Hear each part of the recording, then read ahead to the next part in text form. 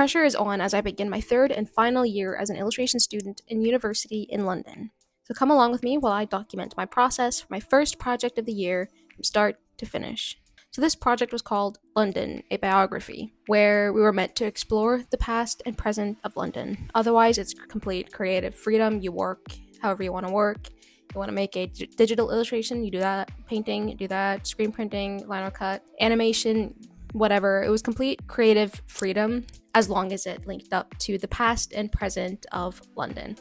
And before we started this project, we were told to start reading a book called London, the Biography by Peter Ackroyd, and use this as kind of a starting point to start getting some ideas of what you could, start to look into and research for this project. And one of the first chapters in this book was about water, and that kind of intrigued me because it was about how London, going back to like prehistorical times, was surrounded by water and how there's signs left today of this water in London. While researching that kind of led me onto mudlarking, which is the act of searching the shores of the River Thames for historical artifacts and treasures.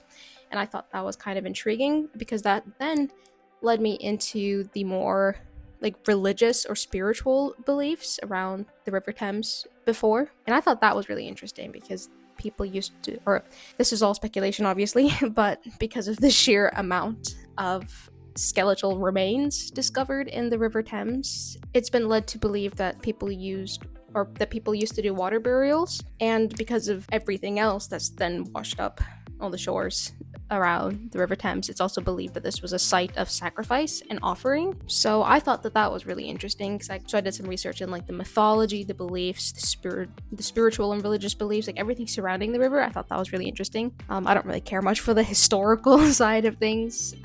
And we also had a trip to the London Docklands Museum, which ended up being extremely relevant for the aspect that I decided to cover in this project, which was, the River Thames and just water.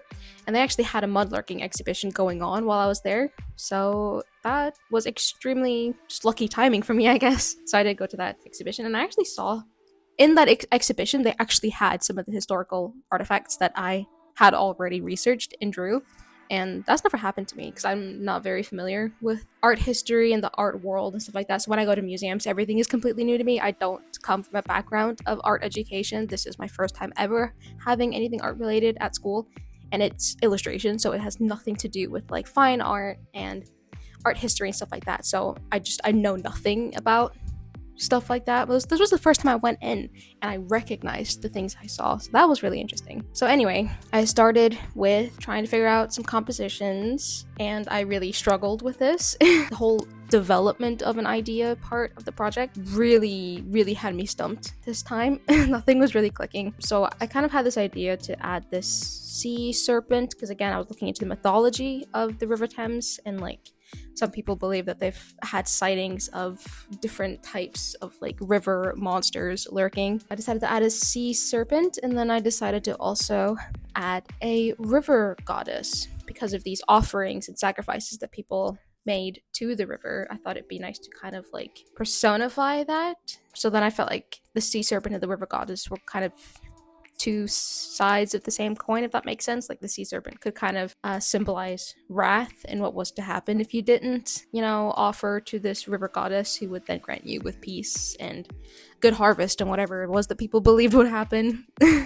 Calm waters, I guess, stuff like that. Good health that they thought that they would receive by honoring, the water and nature. I don't know, whatever.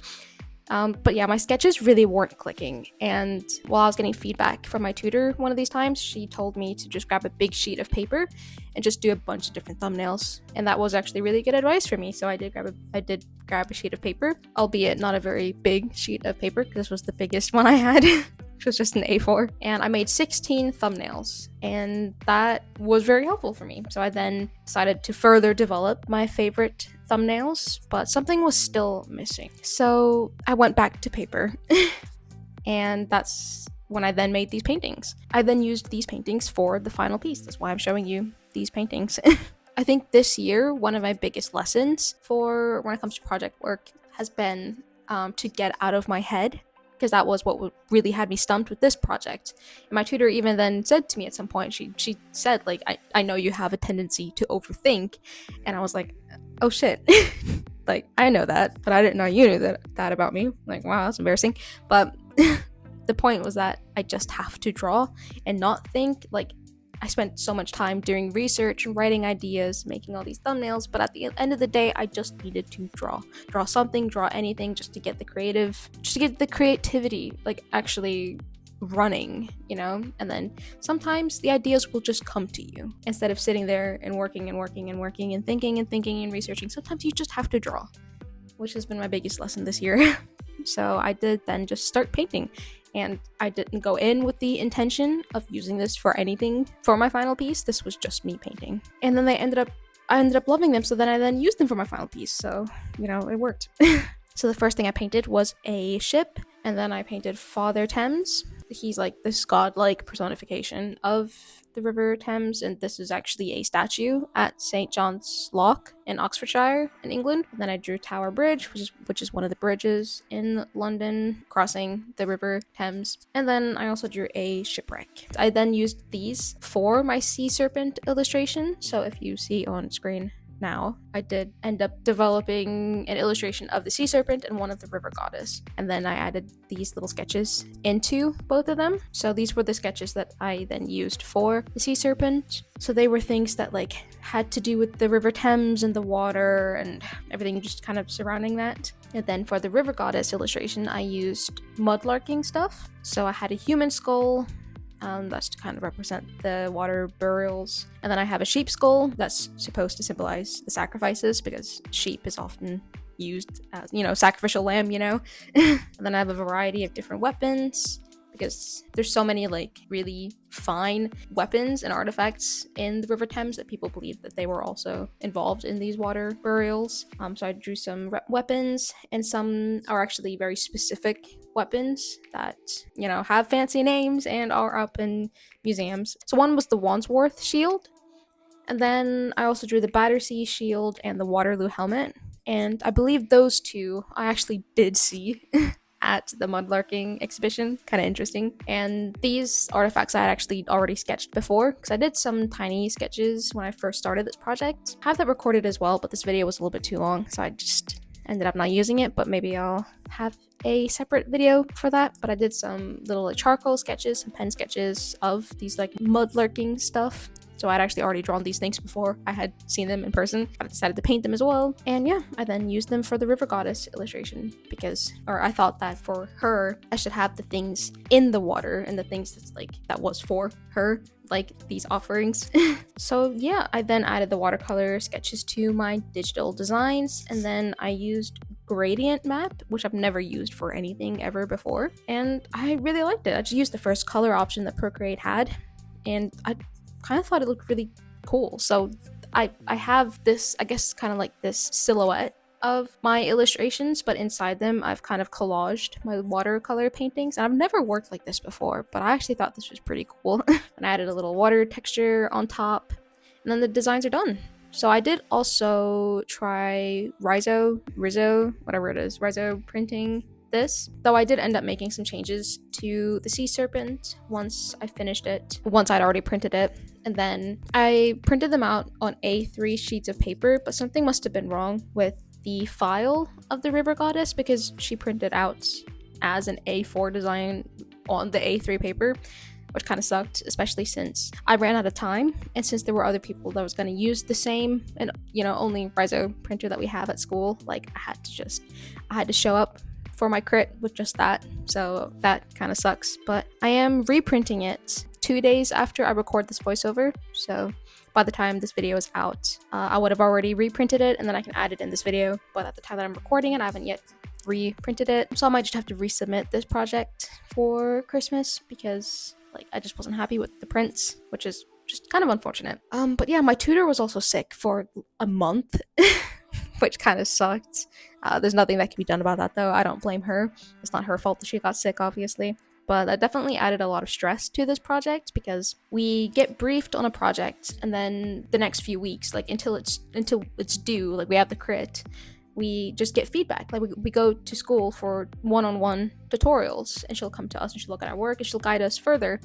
But since she was out sick, that feedback was really compromised, and she did try having she did some Zoom calls. I think she did a Zoom call once, and then I think there was another time where we had to just email her our work and she just wrote the feedback back. But that was definitely an added stress factor to all of us, and I think we ended up having to extend the timeline or extend the deadline for this project because of that, which is really unfortunate. But and that's also why it took me so long to start working on the final piece for this, because like I said, I struggled so much with the idea portion that by the time I finally had like a solid plan and actually had some work done, I really only had that one day to do the riso printing, and it was only a Friday afternoon, and it was like I think it was just like an hour reserved for me and 2 other people, and they also had things to print. So once mine printed out in the wrong size, I just had to take it and leave because I wasn't the only one that was going to print. And that was the last time available for riso printing before the crit, so I kind of just had to take it. It is what it is. I'll probably just resubmit it for Christmas anyway. But yeah, so now that I had a little bit of free time, I did book a new session to do the riso printing, so hopefully it comes out right this time. And yeah, I'm really happy with these watercolor sketches. My tutor did love them. She told me to do more, so that's really nice. I have also finished my second project at the time that I'm recording this, so that will also be a video. I just wanted to get this one out first, but I didn't want to get this out until I had reprinted the riso, which is why it took me so long to get this video out. At the time that I'm recording this, I'm actually working on my third project. But anyway, the first 2 projects I did do a lot of painting, a lot of watercolor painting, which is something that's always been really intimidating to me. I've always spoken about how I've avoided watercolors because it's something I have such little experience with, and I feel like I have very little control, and I'm just not very confident with them. But these 2 projects has definitely built up my confidence a lot with painting in general, especially since my tutor herself has said that she loves this work and I should really develop it further and do more than just little watercolor sketches. She was telling me to work on bigger sheets of paper, not to be afraid to work bigger, etc. So yeah, once I'm done with these watercolor sketches, I will show you the digital sketches, the digital work that I did, and then I will show you the finished riso prints. I haven't really been able to speak about this a lot lately because I haven't really been posting all that much. I've missed a few videos, or at least 1 or 2, and then I didn't have time to talk about this in my last video. But to some things that I've been up to lately, or I started and finished reading The Nothing Man. I don't know how long ago it's been since I've told you guys what I've been up to, so I don't know if I've said this before, but I did finish the King of Scars duology. I finished both those books. I finished The Kiss of Deception, so I am now working on The Heart of Betrayal. I think I've reached the 100-page mark in The Heart of Betrayal. I'm still working on Alchemized because it's such a big book, but I've reached page 700, so I'm nearly like 70% through the book. So I am getting through it. I want to finish it before I leave for Christmas, so I gotta lock in, but I don't really have any doubts that I'll finish it before Christmas. So those are the books that I've been working on. Luckily, I've had a little bit more time to read lately. My projects were really stressing me out for a while because I had a lot of work in a really short span of time. But I do believe I've put so many hours of work into my uni work, especially the past 2 weeks, I think. But I think I've finally reached the point where I can relax, because I was really starting to feel the burnout these past few days. I am so tired and it's affecting my sleep. Especially yesterday, I really felt a drop in my motivation and my mood and my energy, and I think that's just because I've been working myself so hard, and even when I'm not working on these projects, I'm left thinking about them and worrying about them and then beating myself up for not constantly working on them. I would literally wake up in the middle of the night having dreams about my project and debating to just get up and keep working on them because I felt like I was running out of time and I was so stressed, which isn't healthy. So I think from now on I really have to teach myself to pace myself and to take time to relax and to not beat myself up for relaxing, because then you're not really relaxing, are you?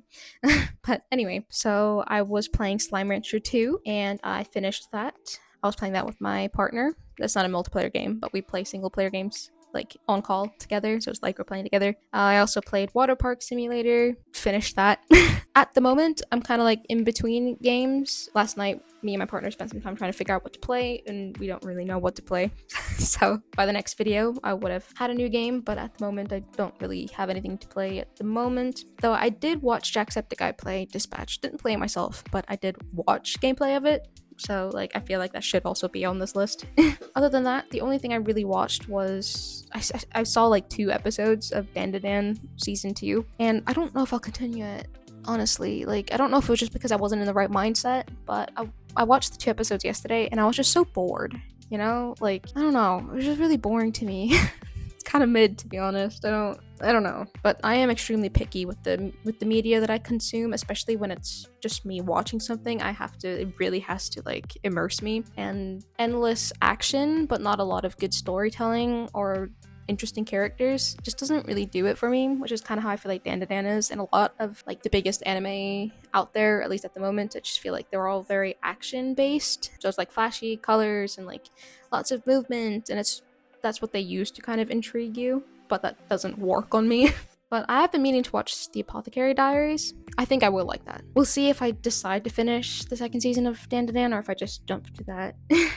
But yeah, that's all I really have to say about this video. So I hope that you guys enjoyed this. If you guys want to see more painting, then let me know. If you guys are interested in my uni projects, let me know, because I'll just keep documenting them in that case. At least the next project, I do believe that might just be some of my best work I've ever done, not just for school, but just in general. One of the pieces that I made, both my tutor and my partner, they were both like really impressed with and said that it was some of my best work ever, and I am really happy with it. And I don't normally feel very proud of myself for a lot of my work, so I hope that you guys are excited to see that one. But yeah, if you guys want to keep seeing this type of work, let me know. And yeah, I'll see you guys next time.